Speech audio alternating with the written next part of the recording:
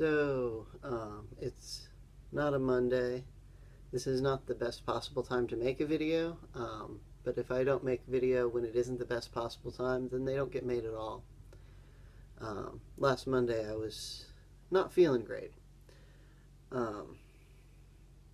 Sorry, so many ums. Next Tuesday will be my anniversary of 1 year on testosterone. I will try and make a video on next Monday, the day before the anniversary, and I do want to sing the first song I sang on the first video to compare then. But yeah, I started testosterone towards the beginning of October last year, and I had a period that month, and that was it, which was fantastic. I have been so grateful that they just stopped altogether. And this past Sunday evening, Monday, I had terrible cramps, and then I started to have the tiniest bit of blood, but mostly it was the cramps, so that really sucked. I felt terrible Monday. So I think my body was trying to have a period again, which, yeah, I won't say I'd forgotten how terrible they are, because I hadn't, but it had been a while. I was not prepared for that. I think it's mostly over now, which says something, because it's only been 3 days-ish. But, yeah, so that's part of why I didn't make a video this past Monday. And as I think I said in the last video, also current events hit me possibly harder than they should. I don't know. I have no idea what the barometer for that is. But I've been feeling helpless and overwhelmed. I don't think I'm alone in that. I think a lot of people are feeling that way. Not just trans people, everyone. But as an individual, there's only so much power I have to affect that. You know, I sign things, I reblog things. I generally don't have the time to go protesting. Plus, protesting has become risky. But I'm burned out.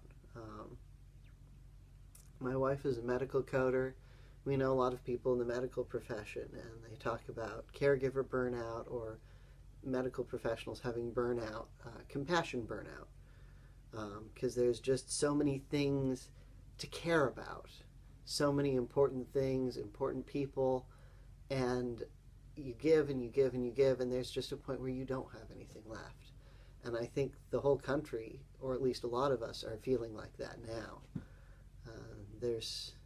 I don't know that there's a term for that when it has to do with current events and political situations. But that's the best analogy I can think of, and I know I'm not alone in that. I'm sorry, I wish I had some advice or support to offer for that, but at the moment I do not. So on to the updates that I should have given this past Monday but didn't. I'm still being misgendered once in a while by people that do not have a background to go on, but it's become very, very rare. 9 times out of 10 I'm getting taken as male now. So that's a nice thing. Even when I go to pick up my testosterone at the pharmacy, they've been calling me sir. And I know that they have in front of them a medical record. They don't when I first walk up to the counter, but after they greet me and I give my info, they're pulling out medical record.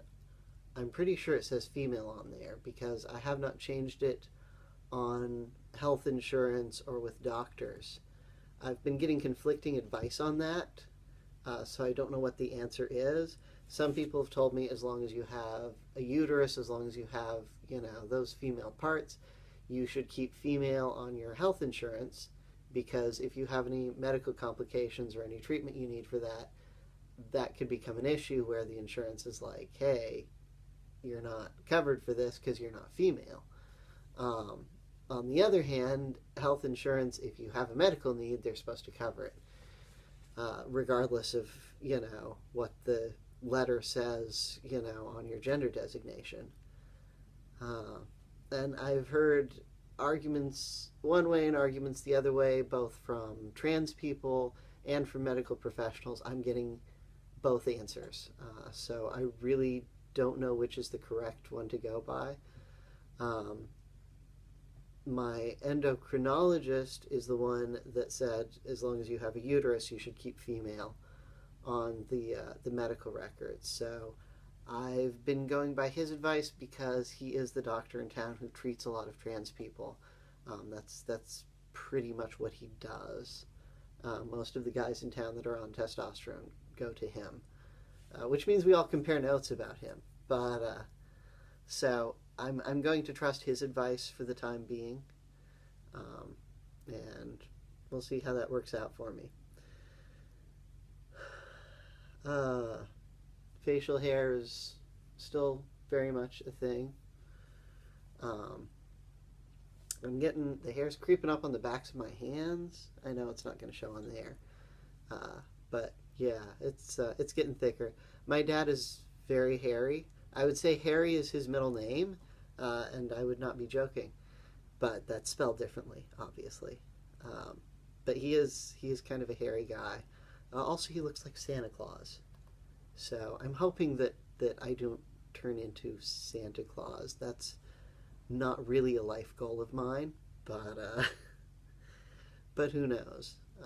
I was talking to friends the other night and comparing some very old photos of me, and I still don't feel like I recognize that face as mine. This face in the mirror, I feel a little bit more like, hey, yeah, that's me. That's a face I recognize. But old photos of myself, I'm like, I know rationally that's me, but it doesn't look like I think that I should look. But I looked very uncertain in a lot of them. I'm not good at smiling in photos anyways. That's an ongoing thing. But I looked really unsure of myself in a lot of the old type selfies. And I also noticed my nose has gotten bigger, which that's probably partly an aging thing. I've heard your nose and your ears keep growing for your lifelong because that's cartilage instead of bone. But that was interesting to see that my nose has gotten bigger, which I'm okay with. I wish I had a sharper, stronger, more prominent nose because that would be read as a more classically masculine feature. But, we are what we are. I'm never going to have a strong jawline or a strong chin because my dad doesn't have a strong jawline or a strong chin. Neither of my parents do. So you work with the genetics you're given. As long as I look like me, that's really all I ask for. Other things. I did have a skipped dose of tea not too long ago, a few weeks back. I have always been aspirating the needle, and this time I aspirated the needle and I drew up blood, and not just a single drop. Although it doesn't take much blood to draw into a syringe to make it look like a lot because it'll cloud into whatever substance you've got in there. I know that just from work, from watching my boss draw animals' blood and stuff at work. But it was enough of an amount that I felt the need to not inject, pull the needle back out, and stop the bleeding. And I waited a few minutes. I waited a few minutes too long.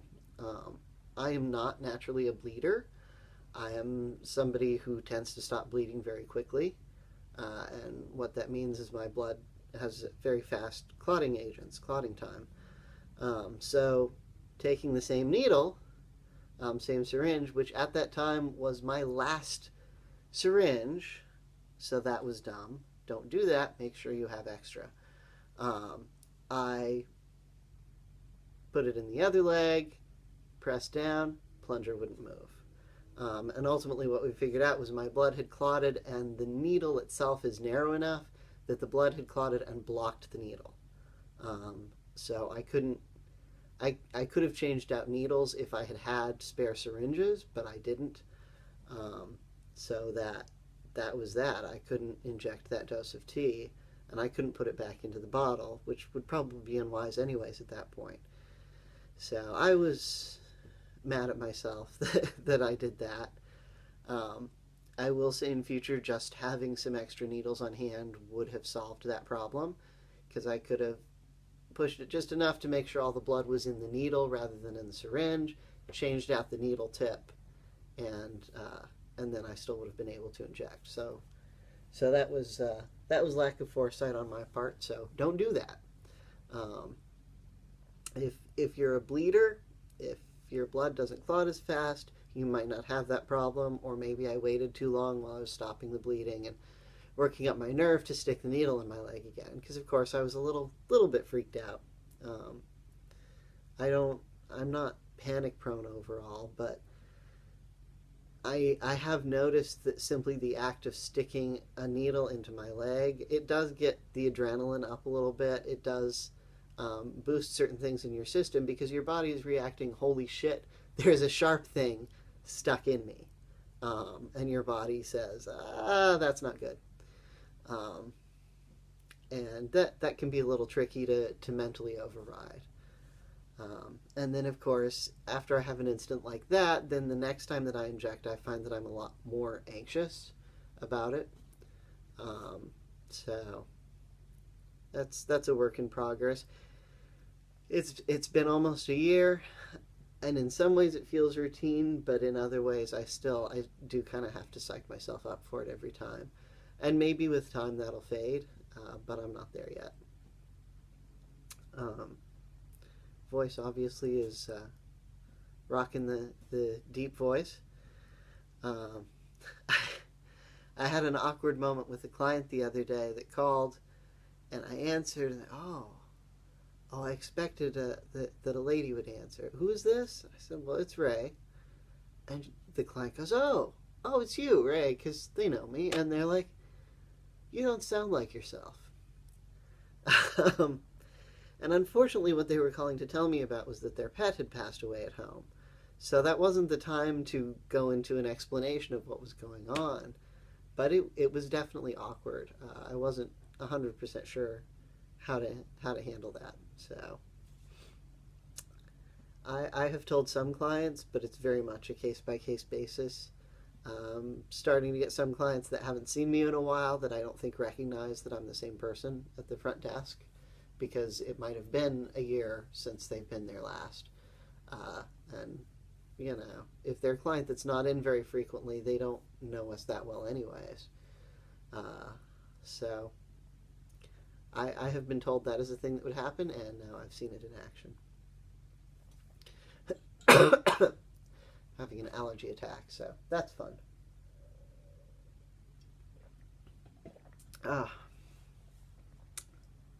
Not sure what else to ramble about. I am trying to do Inktober, where you draw just ink drawing every day. The idea is to kind of to get yourself drawing every day, which is something that I always need to work on. And they don't have to be anything fancy. I tend to not have time to do a whole lot, so they tend to be little kind of scribbles, but you can find those on my Twitter or Instagram or Tumblr.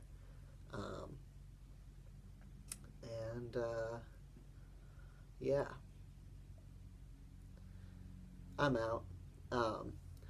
I did not, have not been practicing a whole lot of songs, but what I have been practicing more, partly with the radio and partly just experimenting, is some of the songs that I learned very much in head voice.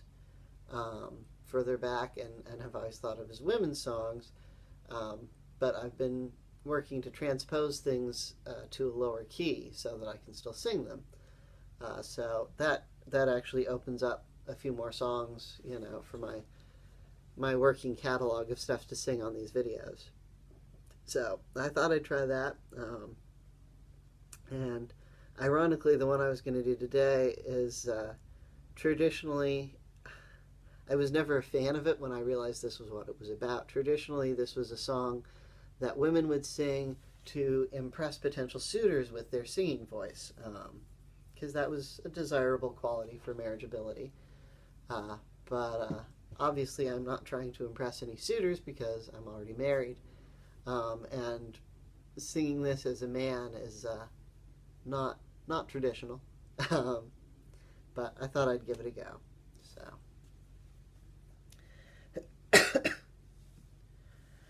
I dreamt I dwelt in marbled halls, with vassals and serfs at my side,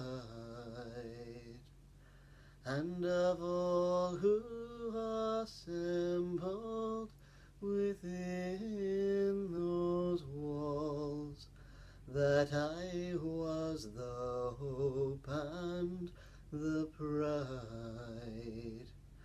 I had riches all too great to count, and I ancestral name, but I also dreamt, which pleased me most, that you loved me still the same, that you loved me still the same, that you loved me still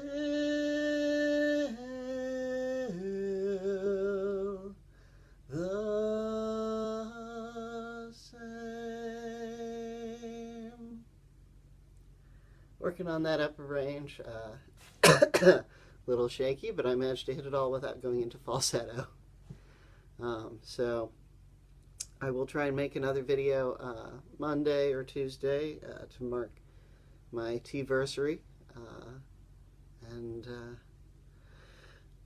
I don't know, maybe the world will be a slightly better place then. Until next time.